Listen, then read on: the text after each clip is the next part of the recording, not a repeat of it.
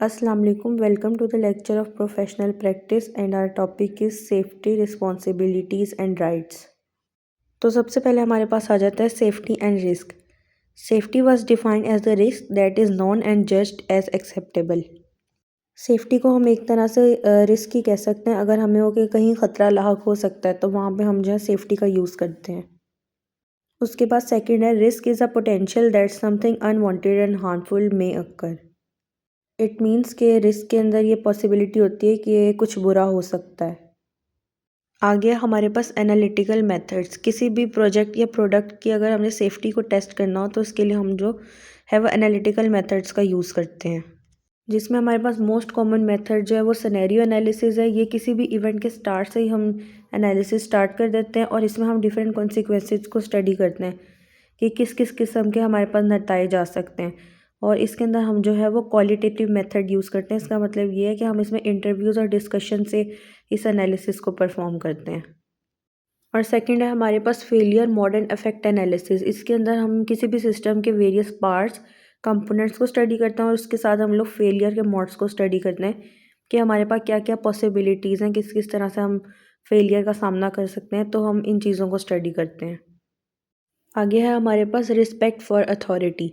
Discussion can be taken by a few people but putting into character requires larger participation from different groups of people such as operation, purchase, sales and accounts, maintenance, finance, etc।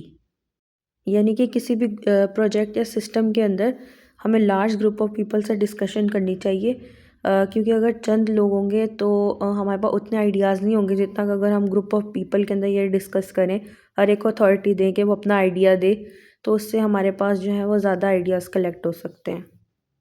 And the second point is ineffectively and efficiently transferring discussion to action. The authority comes into play a great role, otherwise individual discrimination may run the activities।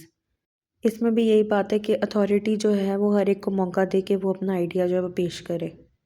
आगे हमारे पास intellectual property rights. Intellectual property rights helps creator own and control their ideas, invention and creation like a special protection shield. जिस तरह हमारे assets वगैरह है, हमारी property कोई हमसे बगैर पूछे यूज़ नहीं कर सकता, उसी तरह हमारे यूनिक आइडियाज़, थॉट्स, ये सब भी जो है कोई भी हमारी बगैर इजाज़त के यूज़ नहीं कर सकता। Property likes are like special shield that helps keep our own unique ideas, creation and innovation safe from being copied or used without any permission. This encourages people to be creative and innovative, which benefits society. Intellectual property rights can be bought, sold, or licensed and are protected by global agreements. जैसे हमारी कोई भी books, हमारी writings, poetry वगैरह है, वो सारा कुछ इनके अंदर आता है और हम उनको सोल्ड भी कर सकते हैं। और इसी तरह अगर कोई भी किसी का आइडिया यूज़ कर ले तो लोग इस तरह इनकरेज नहीं होंगे नए नए आइडियाज़ को क्रिएट करने के लिए, तो इसलिए जो है ये इंटेलेक्चुअल प्रॉपर्टी राइट्स बनाए गए हैं। आगे हमारे पास आ जाता है टाइप्स ऑफ नॉर्म्स। इसमें हमारे पास सबसे पहले है patents. Patent is a contract between the individual and the society. A patent is a special right that let the inventor control who makes and sell their invention. Patent protect legally the specific product from being manufactured or sold by others without permission of the patent holder. Patent holder has the legally protected monopoly power as one's own property.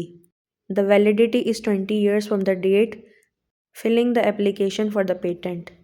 इसमें आपको समझ आ गई होगी कि patent जो है वो भी एक इंटेलेक्चुअल प्रॉपर्टी राइट है, जिसके अंदर कोई भी इंसान जो है वो डिसाइड कर सकता है कि कौन कौन जो है उसका इंटेलेक्चुअल प्रॉपर्टी यूज़ करे, और इसकी वैलिडिटी 20 ईयर्स तक है।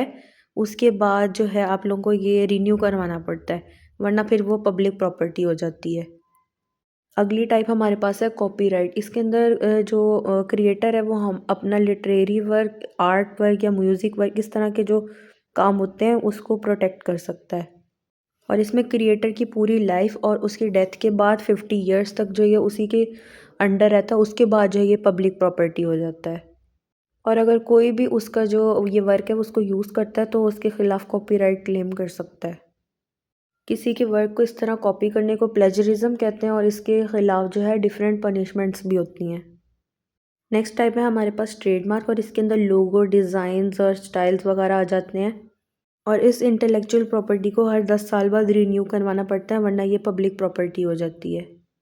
और इसमें कुछ प्रोडक्ट्स के डिज़ाइन को हम जो है वो नई रजिस्टर करवा सकते हैं, जैसे कि bottle shape. Thank you so much for watching this video. और अगर आपका कोई भी क्वेश्चन है तो आप नीचे कमेंट्स में पूछ सकते हैं।